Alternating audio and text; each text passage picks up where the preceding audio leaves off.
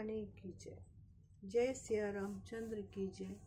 जय वैष्णो माता की जय। जय खाटू श्याम की जय।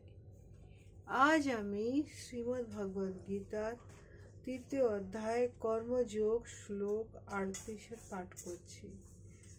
ধূমেন अरियतः बहु यथा आदर्शः मलेन च यथा उलेबन अविरतः गर्भः तथा तेन इदम अविरतम।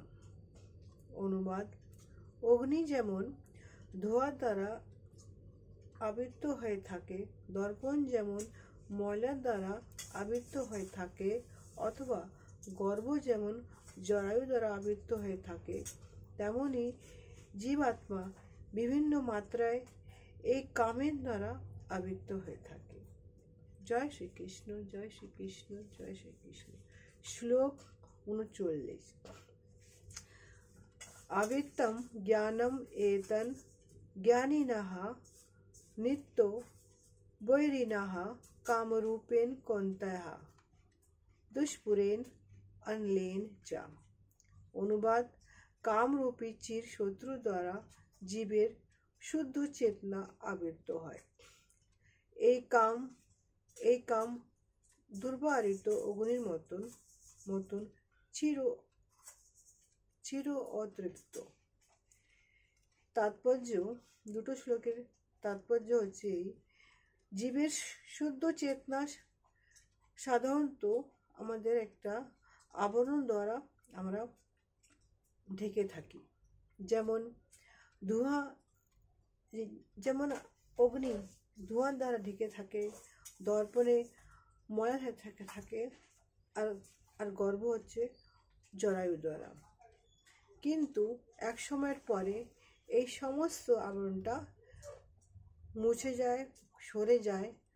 তার ফলে কি হয়, আমাদের ভিতরে ভক্তিযোগ অনুশীলন করার ফলে মানুষের ভিতরে সেই ভগবত ভক্তির আগুন জ্বলে ওঠে, যার ফলে মনুষ্য জন্ম যথার্থ সদ্ব্যবহার করার ফলে জীব জড় জগতের বন্ধন থেকে মুক্ত হতে পারে।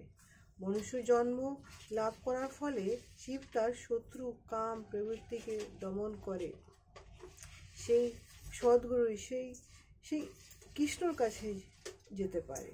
এখানে বলাই হচ্ছে কি, মানুষের জীবনে যে কামরূপী যেই আবর্ত আছে সেটাকে সরিয়ে দিয়ে মানুষ তার সেই কৃষ্ণর প্রতি তার কাম হওয়া উচিত। কৃষ্ণর প্রতি, কৃষ্ণই হচ্ছে একমাত্র মানুষের জীবনের চেতনার সব থেকে বড় চেতনা।